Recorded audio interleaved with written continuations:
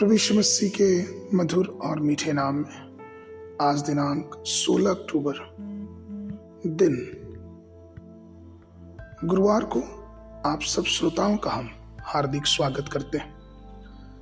आज के दिन के लिए जो विषय है वो है रूत और वचन लिया गया है रूत की पुस्तक उसका 2 अध्याय 12 पद। यहोवा तेरी करनी का फल दे और इस्राएल का परमेश्वर यहोवा जिसके पंखों के तले तू शरण लेने आई है तुझे पूरा बदला दे। प्रियो, आज हम एक विश्वासी प्यारी बहन के विषय में देखेंगे जिसका नाम है रूत। रूत नाम का अर्थ होता है मित्र या साथी। वह एक मोआबी स्त्री थी जो इस्राएल की विरासत के बाहर पैदा हुई थी। चूंकि मोआबी लूत की अपनी बेटी के साथ अनाचर से उत्पन्न हुए थे, इसलिए परमेश्वर ने उनके प्रति बड़ी अप्रसन्नता व्यक्त की थी। अकाल के दौरान रूत, एलीमेलेक और नोमी इस्राएल में अकाल के दौरान एलीमेलेक और नोमी अपने परिवार और बच्चों के साथ मोआब देश चले गए और वहां पे रूत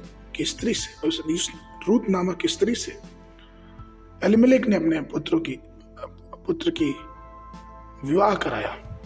और लेकिन कुछ समय बाद एलीमेलेक के दोनों पुत्र और वो खुद भी मर गया।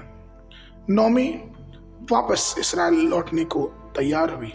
उसकी छोटी बहू उसको छोड़ के चली गई, लेकिन रूत उसके साथ साथ चलने के लिए तैयार थी।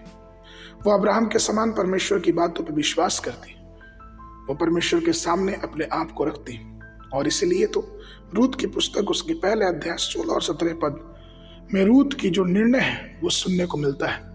रूत ने कहा, तो मुझसे यह विनती न कर कि मुझे त्याग व छोड़कर लौट जा, क्योंकि जिधर तू जाए उधर मैं भी जाऊंगी, जहां तू टिके वहां मैं भी टिकूंगी।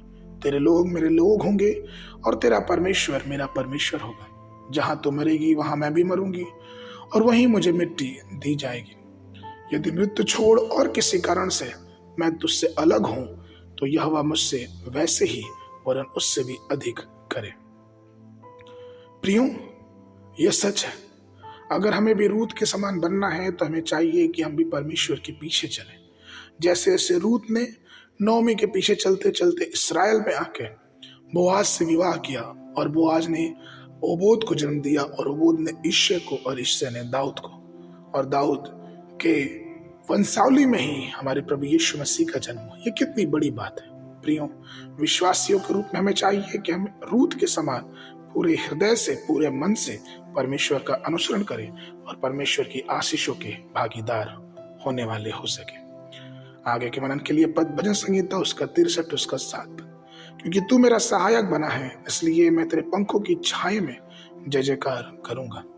बाइबल अध्ययन के लिए सुबह के समय यशायाह नबी की पुस्तक उसका 47, 48 और 49 अध्याय। संध्या के समय 1 थिस्सलुनीक उसका 4 अध्याय। परमेश्वर आप सबको आशीष देवे।